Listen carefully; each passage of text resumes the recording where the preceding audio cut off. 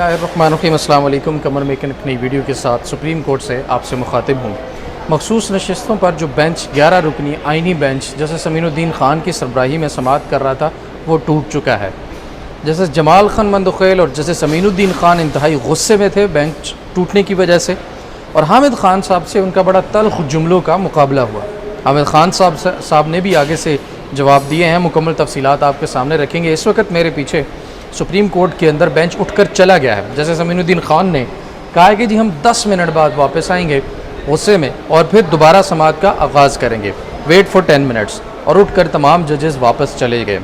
अब ये सूरत हाल बड़ी दिलचस्प हो चुकी है। दूसरी तरफ 10 मिनट से ज़ायद वक्फ़ा गुजर चुका है, तकरीबन 30 मिनट होने वाले हैं, लेकिन अभी तक नया बेंच आकर नहीं बैठा और ना ही अभी तक समाअत नए बेंच में शुरू हुई है। याद रहे पहले ये 13 रुकनी बेंच था, जिसमें से जस्टिस अकील अब्बासी और जस्टिस आयशा मलिक साहिबा ने पहले ही बता दिया था कि ये जो पटिशन्स हैं, ये जो दरख्वास्तें हैं, ये नाकाबिल समाअत है। नून लीग की और बाकी पीपल्स पार्टी समेत जो बाकी दरख्वास्तें हैं मखसूस नशस्तों में 12 जुलाई के मंसूर अली शाह साहब के फ़ैसले के बाद जो 8 रुकनी मंसूर अली शाह साहब ने अक्सरियत से फ़ैसला तहरीक इंसाफ के हक़ में दिया था।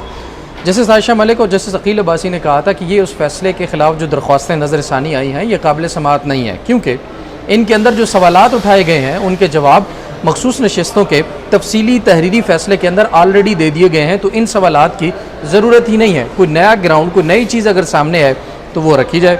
लेकिन 13 रुकनी बेंच उस वक़्त टूट गया और वो 2 जजेस अपना फ़ैसला सुनाकर बेंच से अलग हो गए, जिसके बाद जैसे अमीनुद्दीन ख़ान ने कहा कि ठीक है 2 चले गए हैं तो भी कोई बात नहीं है, हम 11 रुकनी जो बेंच है पीछे बचा है वो आगे समाअत जारी रखेंगे। काफ़ी समातें हुई, तकरीबन 10 से 12 समातें तो 11 रुकनी बेंच ने मुकम्मल किए हैं। छुट्टियों से पहले भी ये मामला चलता रहा और अब भी। अब जनाब ये मामला हो गया है कि आज ये बेंच क्यों टूटा है, उसकी वजूहात आपके सामने रखूँगा और उसके साथ साथ अब आगे क्या होने के इम्कानात हैं ये भी आपके सामने रखूँगा। आज सबसे पहले तो अहवाल आपको बता दूँ कि जैसे ही समाअत शुरू हुई, समाअत लाइव गई, लाइव चली, और हामिद ख़ान साहब ने अपने दलाइल का ज़रूर आगाज़ करना था, दोबारा से उन्होंने अपने दलाइल जारी रखने थे। वो जैसे ही रोस्ट्रम पर गए तो उन्होंने जो सलाहुद्दीन परवर साहब हैं, पनवर या पंवर ज़्यादातर लोग बोलते हैं, उन्होंने केस सुनने से माजरत की और कुछ गुजारिशात रखी और अपना फ़ैसला जो है वो भी पढ़कर सुना दिया। आज ही उन्होंने कहा कि जी हामिद ख़ान साहब, आपने कल जो मुझ पर एतराज़ात किए हैं 26वीं आइनी तरमीम के हवाले से, तो उससे मेरा दिल बड़ा दुखी हुआ है। मैं उससे बहुत ज़्यादा दुखी हूँ, मुझे तकलीफ़ हुई है और मेरा आपका ताल्लुक़ रहा है। 2010 के अंदर हमने एक फ़ोरम पर इकट्ठे काम किया जिसकी वजह से मैं आपका बड़ा रिगार्ड करता हूँ, लेकिन आपने जो इल्ज़ामात लगाए हैं मैं उनकी वजह से ये बेंच छोड़ कर नहीं जा रहा है। इसका मतलब ये नहीं कि आपने जो रिक्यूज़ल की वजूहात बताई हैं उनको मैं एक्सेप्ट कर रहा हूँ, बल्कि मैं इस वजह से जा रहा हूँ कि मैं अदलिया के एहतराम में अदलिया की जो इंटेग्रिटी है उसको मद्देनज़र रखते हुए बेंच से अलग होकर जा रहा हूँ। फिर उन्होंने कहा कि मैं फ़ैसला पढ़कर सुनाना चाहता हूँ जस्टिस अमीनुद्दीन ख़ान साहब अगर इजाज़त दें, जिसके बाद जस्टिस अमीनुद्दीन ख़ान साहब ने कहा कि कोई ज़रूरत नहीं है फ़ैसला पढ़ने की। तो जस्टिस अमीनुद्दीन ख़ान ने कहा कि जी फ़ैसला पढ़ने की कोई ज़रूरत नहीं, लेकिन जस्टिस सलाहुद्दीन पनवर ने कहा कि मेरा फ़ैसला 2-3 लाइनों का है तो प्लीज़ पढ़ने दें। उन्होंने कहा चले ठीक है, अगर आप पढ़ना चाहते हैं तो फ़ैसला पढ़ लीजिए। जिसके बाद सलाहुद्दीन साहब ने अपना फ़ैसला पढ़कर सुनाया, वो आपके सामने पहले रख दूँ। फिर 2 हीटेड आर्गूमेंट हुआ है जस्टिस जमाल, जस्टिस अमीन और हामिद ख़ान साहब के दरमियान, वो भी आपके सामने रखूँगा। उन्होंने कहा कि मेरे बेंच में शमूलियत पर एतराज़ किया गया, आपसे मेरा ताल्लुक़ यानी हामिद ख़ान साहब से 2010 का ताल्लुक़ है, आपके एतराज़ पर हर्ट हुआ हूँ। फैसल सिद्दीकी साहब और सलमान अकरम राजा साहब ने भी जजेस पर एतमाद का इजहार किया, लेकिन जिस तरह से आपने एतराज़ किया अदालत के वक़ार के लिए मैं अलग हो रहा हूँ। मेरे बेंच में शमूलियत पर एतराज़ किया गया और मज़ीद उन्होंने कहा कि मेरा बेंच से अलग होना किसी एतराज़ का एतराफ़ नहीं है, इदारे की साख और वक़ार के लिए अलग हो रहा हूँ। शुक्र है भाई, शुक्र है अल्हम्दुलिल्लाह, किसी ने ये लफ्ज़ तो लिखा कि मैं इदारे की साख और वक़ार के लिए केस से ही अलग हो रहा हूँ, क्योंकि अब ये मामला मुतनाज़ा हो चुका है। बहरहाल 26वीं आइनी तरमीम का भी उन्होंने जिक्र किया कि आपने 26वीं आइनी तरमीम का जो एतराज़ उठाया और उसके तहत हमें सुप्रीम कोर्ट ज़ाहिर है उनको लाया गया था और अब आपने इसके ऊपर एतराज़ उठाया तो मैं बड़ा हर्ट हुआ। फिर वो कहते हैं के इदारे की साख और वक़ार के लिए अलग हो रहा हूँ। हामिद खान साहब ने कहा कि जी आपका बेंच से अलग होना काबिल सताइश है, उन्होंने तारीफ़ की। जिसके बाद जनाब मामला असल शुरू हुआ अमीनुद्दीन खान साहब और जमाल खान मंदोखेल साहब। अब उनको ज़ाहिर है बहुत गुस्सा था, बहुत वो कुछ खुश दिखाई नहीं दे रहे थे। वो ज़ाहिर तकलीफ़ में थे कि भाई बेंच टूट गया, समाअत मुकम्मल होने वाली है, आखिर तक पहुँच चुका है मामला।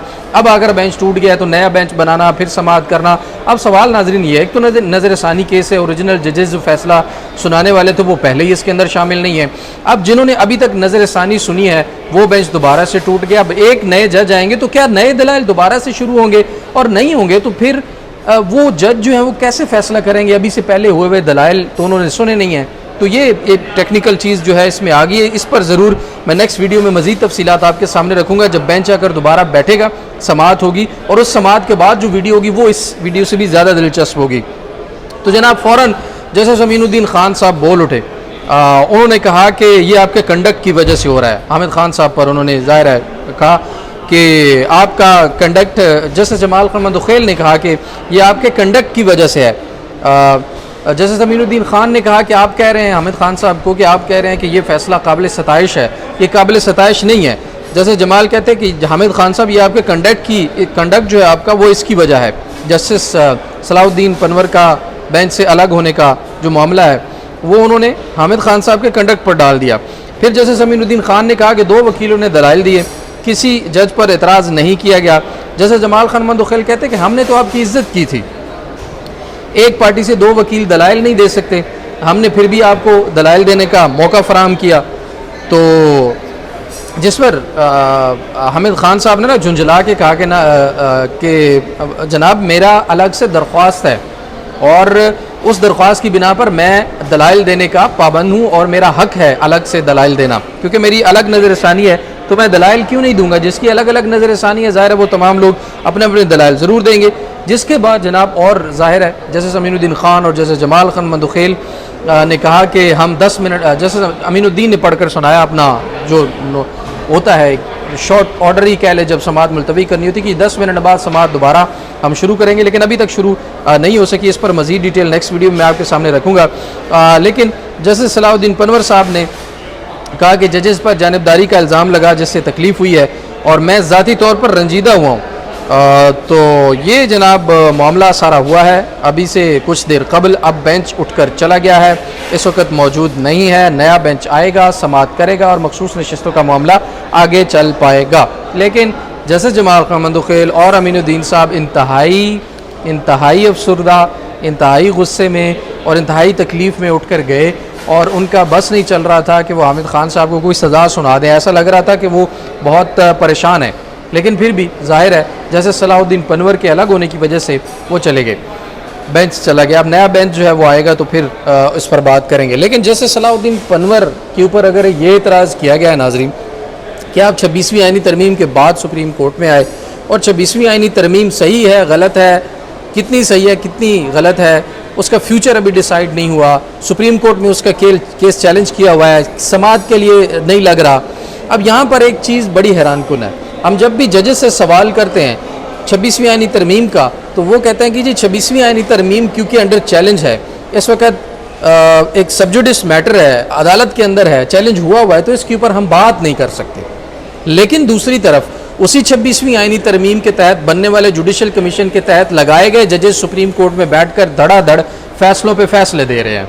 यहाँ पर वो इतराज़ नहीं करते हुए नज़र आ रहा है कि भाई 26वीं आईनी तरमीम क्योंकि अंडर चैलेंज है, पहले तो उन्हें पहले ही रिक्यूज़ कर देना चाहिए ताकि जी हम आते ही नहीं है, ये मुतनाज़ तरमीम है या इस तरमीम के ऊपर सवालात उठें और सुप्रीम कोर्ट में ये मामला चैलेंज्ड है, तो जब तक वो डिसाइड नहीं होता हम सुप्रीम कोर्ट में नहीं आते। चलो आगे, अगर आपको लॉ इजाज़त देता है, कोई इखलाकी रुकावट से ज़्यादा कोई और बड़ी आईनी रुकावट अगर नहीं है तो आप आ गए हैं सुप्रीम कोर्ट के अंदर, तो कम से कम 26वीं आईनी तरमीम के तहत बनने वाले आईनी बेंच हो गया या फिर जुडिशल कमीशन के फैसलों के तहत जो बेंचेस बनाए जा रहे हैं, कम से कम उनमें तो मत बैठें। कहें जी कि चैलेंज हुई भी है इसलिए हम इसमें नहीं बैठते क्योंकि ये अभी तक डिसाइड नहीं हुई है। जब सवाल किया जाए, कोई सवाल पूछा जाए किसी फैसले के ऊपर, किसी और मामले के ऊपर या 26वीं आईनी तरमीम के हवाले से, तो कहते हैं कि 26वीं आईनी तरमीम अंडर सब्जुडिस है, ये चैलेंज हुआ है तो इस पर हम बात नहीं कर सकते। फिर वही बात कि उसी 26वीं आईनी तरमीम के तहत बैठ कर फैसले पर फैसले दिए जा रहे हैं।